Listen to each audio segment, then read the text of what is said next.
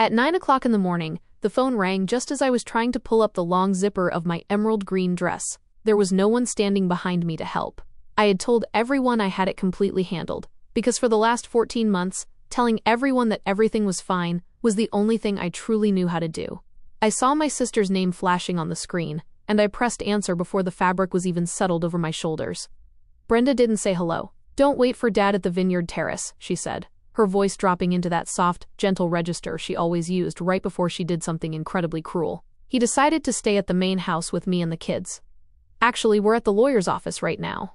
I pressed my free hand hard against the cold wooden door frame of my bedroom. "What are you talking about, Brenda?" I whispered, my ribs tightening against the dress. In the silence that followed, I could practically hear the sharp, satisfied smile on the other end of the line. "He's signing the deed over to me, Elena. My kids need the fresh air. And you've always been so obsessed with your own career anyway. You don't even have children. You should have known your place." I almost believed her. I almost believed that I would spend my 33rd birthday completely alone, staring at the empty wooden terrace my husband Mark had spent 3 weeks building for me among the vines. I was wrong about who would show up for me that day, and so was she. Welcome back to Quiet Drama Stories. My name is Elena.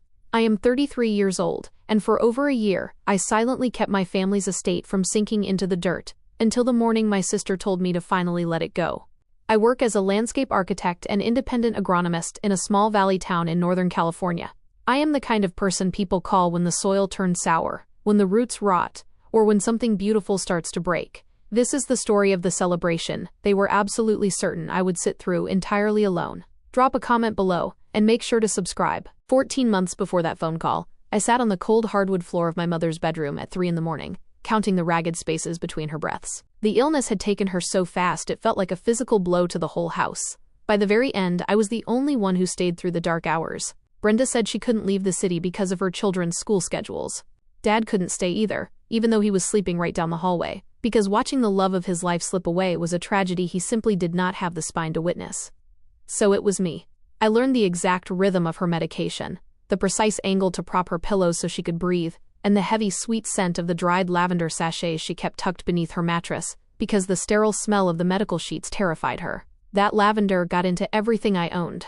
It settled into my hair, my work clothes, and the inner lining of my winter coat. When she finally passed away at dawn, I was the one who called the funeral director, I was the one who walked into the kitchen to break the news to Dad, and I was the one who picked the music for the service because no one else in the family could form a coherent sentence. Somewhere in those gray, exhausting weeks that followed, without anyone ever making an official decision out loud, I became the person who handled things. I took care of the property taxes, the overdue utility bills, the endless piles of insurance paperwork, and the frantic phone calls from local suppliers. Back then, it felt exactly like love, being needed that much. It took me a long, painful time to realize that being necessary and being loved are not the same thing at all. You can be the most indispensable person in a family and still be the one for whom nobody bothers to save a seat at the table. But back then, I didn't understand that yet. I honestly thought that if I just kept my hands beneath everything, preventing the entire structure from collapsing, eventually someone would look down and notice the hands doing the holding. I kept my hands entirely full, so that I would never have to hold them out and beg for affection. That was my fundamental mistake, and it took my own birthday to show me the truth. Mark found me 2 years ago, on a rainy Tuesday, at a local agricultural cooperative. We were both reaching for the very last bag of organic soil treatment, and he apologized so profusely you would have thought he had knocked over a priceless heirloom. We had been together ever since. He was a licensed contractor, incredibly skilled with his hands, and beautifully quiet with his words. When I first told him about the overwhelming dynamics of my family, he never once told me that I needed to fix them. He just held the door open and allowed me the space to decide who I wanted to be. 3 weeks before my 33rd birthday, I was sitting at my kitchen table doing exactly what I did every single Sunday night. I opened my banking application on my phone. I confirmed the automatic monthly payment for the comprehensive hazard insurance on the family vineyard, the one Dad's meager pension had completely stopped covering after my mother's medical debts cleared out their entire life savings. I topped up the escrow shortfall for the county property taxes, just as I had done every single quarter since the funeral. Then I logged into my father's medical portal, corrected the supplemental health insurance forms he had filled out entirely wrong for the 3rd time, and reordered his heart medication before his prescription lapsed. None of it was dramatic or loud. That was the entire point. The actual work that holds a family together is never the work that anyone takes photos of. My phone buzzed on the table just as I was finishing the last submission. It was a short, careful text message from Dad, written in that brief, detached style he always adopted.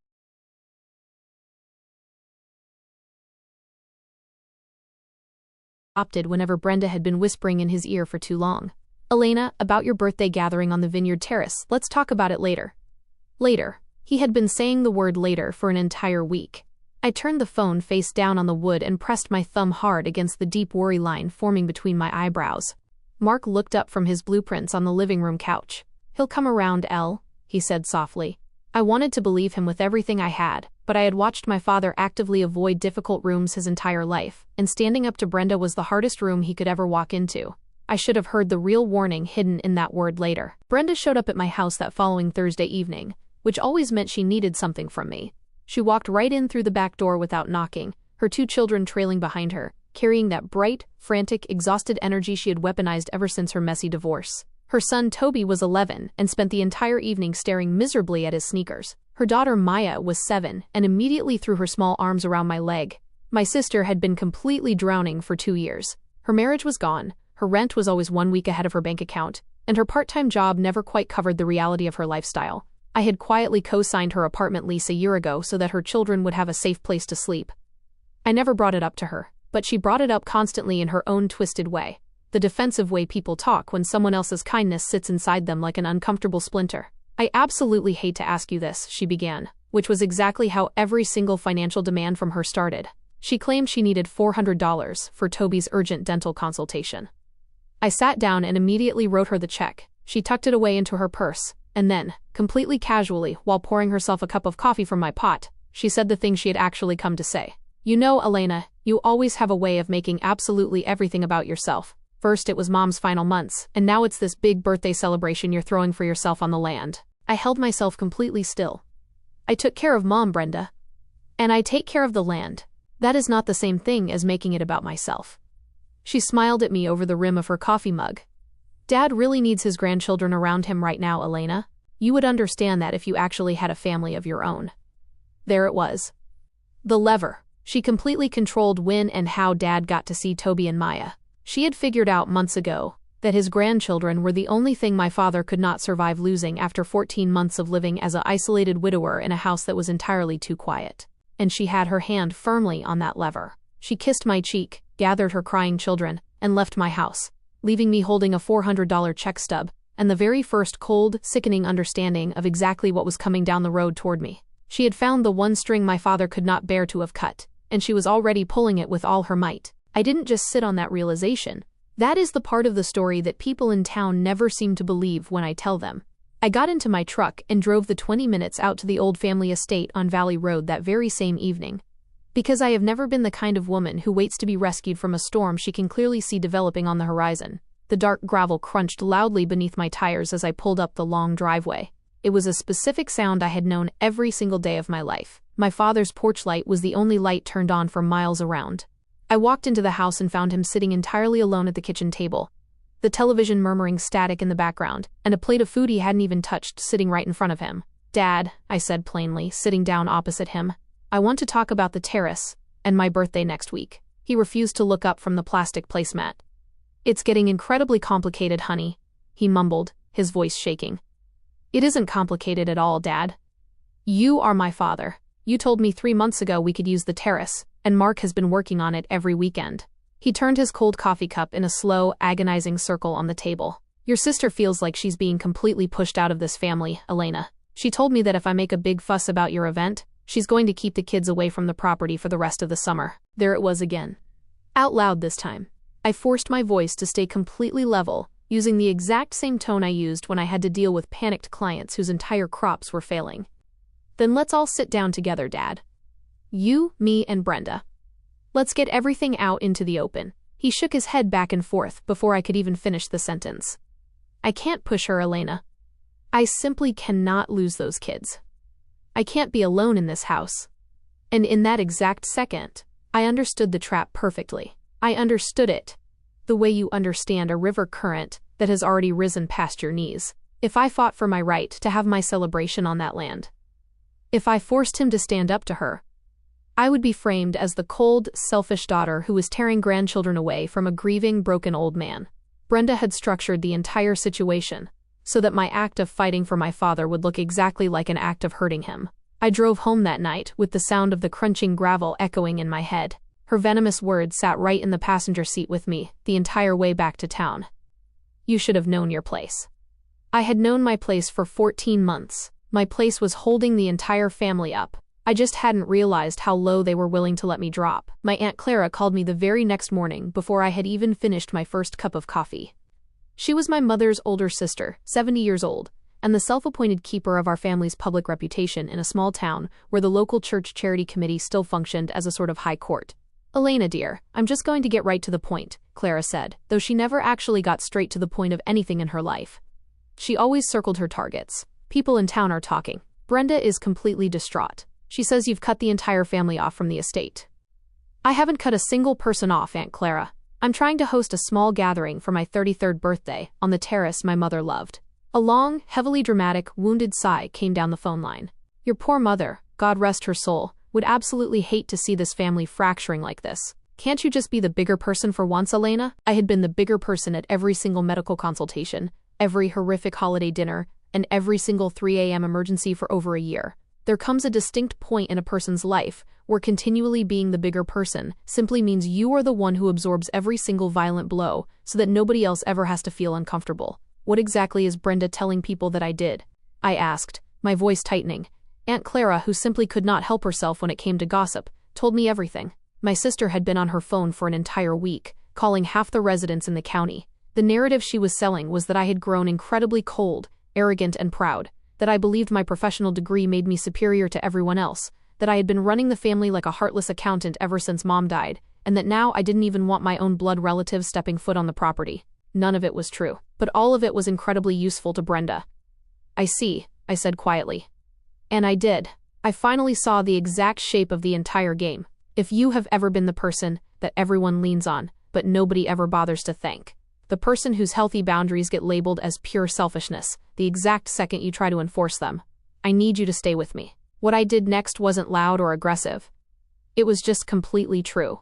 Comment, I see her right now, and keep watching, because the morning of that phone call, a door was going to open, and I want you to be standing in the room when it does. Here is the part that made my chest ache the most. We were supposed to have the gathering on the wooden terrace, right next to the oldest block of Cabernet Sauvignon vines behind the main house. My great-grandfather had planted those specific vines with his own 2 hands. I had run between those green rows as a little girl, climbed the old oak tree at the edge of the property, and buried my childhood pet under the shade of those leaves when I was 9 years old. Mark and I had spent months planning every single detail. We had string lights ready to go between the posts, hay bales hauled in from a local farm for rustic seating, and my mother's traditional spiced apple cider recipe sitting on warming plates ready to be served. For the first time in my entire life, I was going to be the person standing directly in the center of that family land, the person that the entire day was actually about. I wasn't going to be the coordinator, the landscape worker, or the practical nurse clearing away the dirty plates while everyone else laughed in the living room. I was just going to be a woman celebrating her life with the people she cared about. I had allowed myself to want that day more than I had allowed myself to want anything in years. And Brenda knew that. Of course she knew. We had grown up under the exact same roof. She knew precisely which specific desire would cost me the most to lose. She started circling that terrace on her phone calls with Aunt Clara, dropping little passive-aggressive comments into family group chats like poisonous seeds. It's so interesting how Elena just completely assumes she owns the vineyard terrace now. It's family land, isn't it? It doesn't belong exclusively to her. I kept telling myself it was nothing. The terrace had been promised to me. Dad had enthusiastically said yes months ago, back when he was still capable of saying yes to me without looking over his shoulder. But a promise from a man who cannot survive the threat of losing his grandchildren is not a promise at all. It is just a fragile hope wearing a promise's winter coat. I lay awake in bed that night running through the financial and logistical costs of moving an entire event with only 3 weeks left on the calendar, telling myself that I was being completely paranoid. I was not being paranoid. I was just being early. The gravel of that long driveway, the lingering scent of lavender in my mother's abandoned room, the old vines my family had tended to for a century.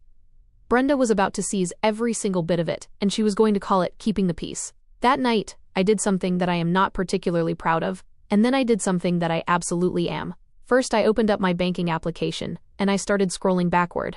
14 months of pure data. The comprehensive house insurance payments, the property tax escrows, the emergency plumbing repairs, the recurring pharmacy charges under my father's name that I had quietly paid for out of my own pocket so he wouldn't worry, the apartment lease I had co-signed for my sister. I added every single cent together on a piece of paper. The final number was so incredibly large that I had to lean completely back in my office chair, my breath catching in my throat. Then, I did the thing I cheat. I printed it out, all of it. I compiled it into a neat, professional manila folder. Statement after statement. The entire invisible financial architecture of what I had been carrying on my back while they called me cold. I sat there in the dark and vividly imagined the upcoming family dinner, where I would open that folder. I imagined laying those pages directly onto the tablecloth in front of Aunt Clara, Brenda, and my father, and reading the cold, hard figures out loud, very slowly, watching their faces drain of color as they finally understood exactly how much of their comfortable, fragile little world I had been keeping afloat while they dragged my name through the mud. The fantasy felt warm. It felt so incredibly warm. My closest friend, Dana, an agronomist I had worked alongside for 9 years, came over to my house the next day for coffee, and I showed her the printed folder. She whistled low through her teeth. "Elena, you need to make them see what you actually do for them. Lay it all out on the table. Let the whole town watch them squirm." And I wanted to. God, I wanted to so badly. There is a very specific, dangerous hunger that develops when you have been completely unseen for that long. A desperate hunger to finally force people to open their eyes and look at you. I held that manila folder in my lap for the rest of the evening, like it was a weapon I had been officially issued for a war. I was absolutely certain that was the path I was going to take. I would expose their hypocrisy. I would force them to understand the brutal arithmetic of everything they had taken for granted for 14 months. I went to bed that night feeling completely sure of myself. I had no idea that I was holding the entirely wrong weapon in my hands, and it would take my mother's ghost to show me the truth. The devastating call came on a Saturday morning, exactly 10 days before my birthday. It was my father's phone number showing up on the screen, but it was Brenda's voice doing all the talking in the background, clearly coaching him through the conversation. "Honey," my father began, his voice sounding incredibly small and distant. "About the vineyard terrace, I think it's honestly for the best if we don't host the birthday gathering out here on the land. We need to keep things calm right now. It's family land, and Brenda thinks, I repeated softly, the words tasting like ash in my mouth. "Now, Elena, please don't be like that," he pleaded. I wasn't being like anything. I was standing completely still in my kitchen in town, 10 days away from my celebration, listening to my own father give away the one place that was supposed to be mine for an afternoon, simply because giving it away to a bully was easier than holding a basic boundary. I heard the old vineyard screen door bang shut on his end of the line. I heard, very faintly through the microphone, the sound of tires on the gravel driveway, a car pulling in. It was Brenda's car. She had driven over to make absolutely sure he finished the job she had assigned him. He didn't even have the courage to get out of his chair and tell me to my face. He did it over a cell phone while my sister sat parked in his driveway like a construction foreman overseeing a demolition. "Okay, Dad," I said quietly. "Okay." And I hung up the phone before my voice could crack and show him how much damage he had just done. I stood there in the silence of my kitchen for a long time. The terrace was gone. 100 years of my family's historic vines, the spiced cider on the warming plates, the spot beneath the oak tree where I wanted to stand, all of it was gone. 10 days out from the event, all sacrificed to keep a peace that was never actually mine to keep. I should have felt nothing but pure, unadulterated rage, but mostly, what I felt was a strange, dizzying lightness. It was the vertiginous feeling of a structure finally breaking after you have been bracing your arms against it for so long that your muscles have forgotten how to do anything else. I had been systematically thrown off my own family's ancestral land. And yet, I was still, that very same night, scheduled to automatically pay the insurance premium that kept the roof over their heads from leaking. The absolute absurdity of that reality did not escape me. It would matter later. Much more than I could possibly know in that moment. Mark found me an hour later, sitting flat on the kitchen floor with my back pressed hard against the lower cabinets, which is definitely not where I usually keep my feelings. He didn't ask me a single dumb question about what was wrong. He just walked over, sat down directly next to me on the linoleum, put his knees up, and leaned back against the cabinets too. That is how you sit with someone instead of sitting across from them. "We'll host the celebration in our own backyard," he said, his voice steady and calm. "I'll build the cedar arch right here this weekend. I've already got the lumber in the garage." It was a beautiful offer. It was a kind, solid, deeply true offer from a kind, solid, deeply true man. And yet, I couldn't bring myself to say yes to it. Not yet. And the real reason for my hesitation shames me a little bit even now. I still wanted my father. Underneath all the layers of hurt and resentment, I desperately wanted Walt Overton to wake up one morning, look at his life, and actively choose his youngest daughter. And I knew that agreeing to a backyard wedding arch would be a final, permanent admission to myself that he never, ever would. So I just said, let me think about it. And then, this is the exact loop of a caretaker. I picked my phone up off the floor, and I reordered my father's blood pressure medication, because the automated system texted me that it was due. Because the local pharmacy had sent an alert. Because 14 months of pure ingrained reflex does not just switch off simply because your heart has been kicked across a room. I was still carefully tending to the deepest roots of a house that I had just been locked out of. Mark watched me do it. He didn't say a word to stop me, but I saw him look at me, and I saw him see it. He saw the entire grotesque shape of the situation. A woman desperately propping up the exact people who were stepping on her shoulders. Elena, he said very gently, taking the phone from my hand. Who is holding you up? I didn't have an answer for him. I had built my entire identity around never needing an answer to that question. And somewhere out on Valley Road, in a house I was currently keeping warm with my own hard-earned money, my father sat alone in the dark and allowed my sister to decide who was allowed to love him. I went to bed angry that night, and I woke up with a definitive plan that I knew I would probably regret. For 3 straight days I rehearsed it, not out loud, but inside the locked theater of my own head. I practiced it in the morning shower, during my long drives between agricultural consulting clients, and while walking through rows of strange orchards. The speech. The folder. I would walk directly into the family reconciliation supper that Aunt Clara was already aggressively planning, the let's all make peace before the big day dinner. I would calmly walk into her dining room, and I would set that thick manila folder down on the table, right next to her ceramic casserole dish. And I would open it wide.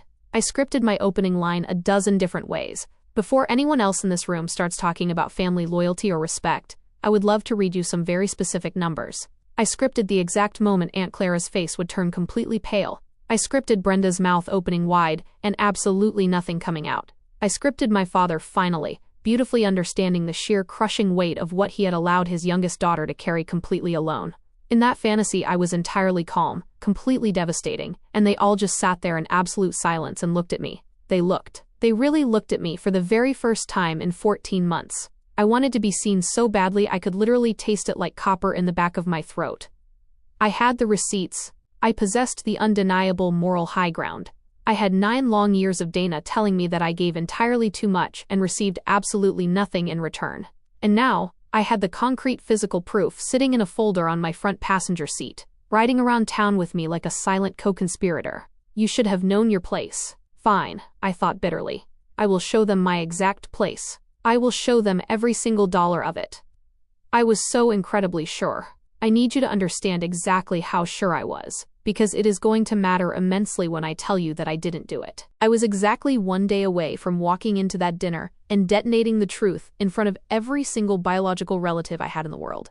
My hand was practically on the pin of the grenade. And then I drove out to the estate one last time to collect my mother's personal belongings for my birthday, the things I wanted near me. And my mother, who had been 14 months in the ground, stopped me dead in my tracks. But first, Brenda wanted to have coffee. Just the 2 of us, she had texted me that morning. Sisters. I knew better. Every logical bone in my body told me it was a trap. But I went anyway, because some foolish, deeply buried part of me still kept hoping against hope that a door would suddenly open in her that had been locked since childhood.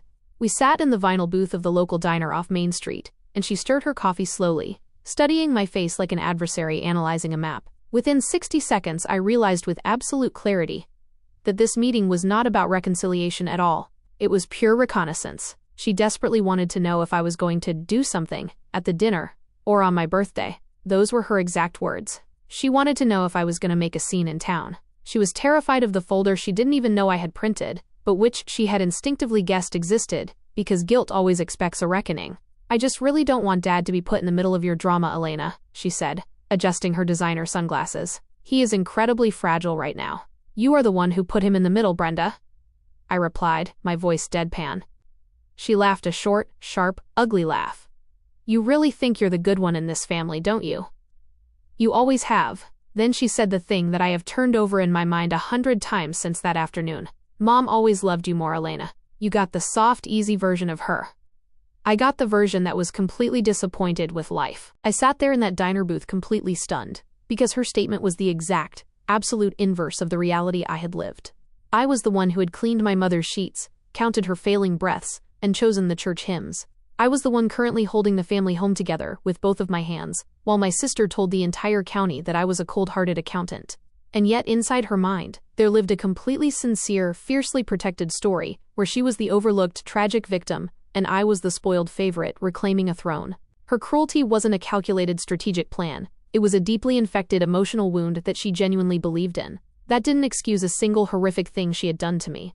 But it told me something incredibly useful. She was never, ever going to see the version of me that was true, no matter how many bank statements I read aloud to her. You cannot fact-check a human being out of a narrative they absolutely need to survive. The folder wouldn't reach her. It wouldn't reach my father either. Nothing would. I just didn't know yet what would. I drove out to the estate that Thursday afternoon while my father was at his quarterly cardiology appointment, the one I had personally scheduled and confirmed. The sound of the gravel announced my arrival to an entirely empty house. I let myself in through the back door using my key and walked directly up to Mom's old sewing room to collect what I needed. I wanted her lace veil and the antique silver hairpins she had saved for me since I was a little girl. The small, precious things a daughter takes from a mother's hands when the mother is no longer there to hand them over herself. The small room still smelled exactly like her. Lavender, faint but stubborn, soaked deeply into the fabric curtains and the wooden spools of thread. On the top shelf sat her old metal biscuit tin of sewing supplies, the one with the faded pink rose painted on the lid, and I opened it the way you open anything that belonged to someone you've violently lost, slowly, with your breath held, bracing for the impact of memory. Inside, sitting right on top of the colorful spools and rusted pins, was her good embroidered white handkerchief, the one with her initials neatly stitched in the corner. The satin edge was completely soft and frayed from a lifetime of her thumb anxiously worrying it whenever she was stressed. And folded directly underneath that handkerchief was a small slip of paper in her unmistakable, elegant handwriting. It wasn't addressed to anyone by name, it was just left there, the exact way she used to leave small, quiet truths around the house for whoever was finally ready to find them. I read the words standing up, and then my knees went so weak, I had to sit down in her old wicker chair. "Place isn't where they choose to seat you, Elena," she had written in blue ink. "It's where you decide to stand. Stand, Elena." I don't know exactly when she wrote it. Near the very end of her life, I think, when she had sat in that bed and watched the family dynamic already starting to forcefully arrange me into the self-sacrificing corner they wanted me to occupy forever. She had seen it coming from a mile away. She had seen me. I pressed my thumb tightly against that frayed satin edge of her handkerchief, matching the exact spot where her own thumb had worn the fabric smooth over 40 years of life. And something inside my chest that had been tightly braced for 14 long months finally, quietly, set itself down. The heavy manila folder sitting on the passenger seat of my truck suddenly felt like the smallest, saddest, most pathetic weapon in the entire world. My mother had just handed me an infinitely better one. I stayed in that room for entirely too long. I was still sitting in her old chair in the fading light when I heard the sharp crunch of gravel outside. It was my father's truck, back early from the clinic. I should have called out to him, I should have made my presence known, but I didn't. I sat completely still in the shadows of my mother's sewing room and listened to my father move heavily through the quiet house, fully believing he was completely alone. He walked down the hallway to the main closet. I heard the old wooden door groan open, followed by a long, heavy silence. And then I heard a sound I had never once heard my father make in my entire life. He had taken my mother's winter coat out of the closet, the heavy gray wool one she had worn for 30 northern winters, and he was holding it against himself. I could tell by the muffled, broken way his voice vibrated through the floorboards that he was talking directly to it, pitched low in the empty hallway. "I just don't have it in me, Maggie," he whispered into the wool. "2 fights. I can't handle 2 fights. She's so strong, Maggie. Elena is the strong one. She'll be completely fine on her own." That was the exact part of the story that completely gutted me. It wasn't his basic cowardice. It was the cold, utilitarian mathematics of it. He had looked at his 2 remaining daughters and decided that because I had the emotional capacity to survive being abandoned, I was the acceptable daughter to abandon. My fundamental strength had become the exact reason I was allowed to receive absolutely nothing from him. I sat there in the dim room and understood my father with absolute, piercing clarity. And I did not forgive him. And both of those heavy truths existed inside my body at the exact same time. He was a terrified, weak old man, drowning in his own grief, desperately clinging to the one toxic thread he had left. And he was also a man actively choosing, right then and there, to let his daughter walk into her 33rd year entirely alone, because it was easier for him than holding a difficult line against a bully. It was human, and it was entirely unforgivable. I waited patiently until I heard his footsteps shuffle away into the kitchen, and then I slipped silently out the front door. The gravel gave me away as I walked down the lane to my truck. Through the living room window, I saw him look up for a split second. Just for 1 second, our eyes almost met through the glass. And then he looked right back down at the gray wool coat in his hands. He couldn't even hold his daughter's gaze across a driveway. I filed that exact image away in my mind. I knew I would need to remember it. I drove straight to Mrs. Miriam Vance's house that evening, because I didn't know where else in the county to take the terrifying spark my mother had just started inside of me. Mrs. Vance had taught my 5th grade class 30 years ago, and she had never quite stopped teaching me how to live. She was 71 now, sharp as a brand new tack, with a kitchen that constantly smelled like fresh-baked sourdough bread. I had kept up with her my entire life. She was the very first adult who had ever told me that I possessed intrinsic value on a day when I felt completely useless. It was after I had failed a major spelling test and sat crying at my desk, and she had crouched down to my eye level and whispered something I had carried with me ever since. I sat at her kitchen table that night and told her absolutely everything. I told her about the vineyard terrace, the manila folder, my father talking to the coat in the hallway, and the note hidden in the biscuit tin. She listened the way truly great teachers listen, without any frantic rushing to fix the problem or offer easy platitudes. Then she reached across the table and placed her old, spotted hand firmly over mine. "Let me ask you something very specific, Elena," she said, her eyes locked onto mine. "This folder full of receipts, who is it actually for?" "For them," I said immediately.